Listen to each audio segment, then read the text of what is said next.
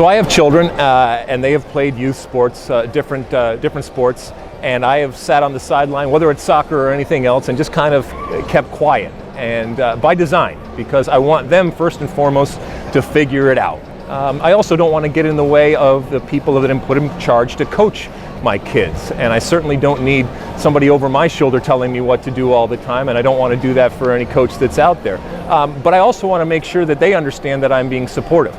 However, when you go out there, I'm sure I have the experience like everybody else. Sometimes you want to jump in. Sometimes you see something that's going on that you want to try to correct and change. And there's times certainly where you want to step in and not let something continue on. But for the most part, you kind of have to let not just the kids on the field make some mistakes, but even the coaches that are learning as we go along. Men and women that at times don't have a tremendous amount of experience, or maybe it's their first time, and they're learning about the game along with the kids. They have to be given the opportunity to make an experience, a mistake. But ultimately, you want somebody that's coaching your kids, and what I like to see on the sideline is when you have a coach that is imparting information on, but letting them ultimately figure out how to do things, and being positive in terms of the message that they give, that it's not about the mistakes that you make, it's about how you learn from those mistakes. And I'll never be angry at a mistake that you make, as long as you don't keep making the same mistake. And that's important. And it doesn't mean that it's not being competitive and wanting to win and wanting to score goals, but it's also understanding that there's a bigger picture when it comes to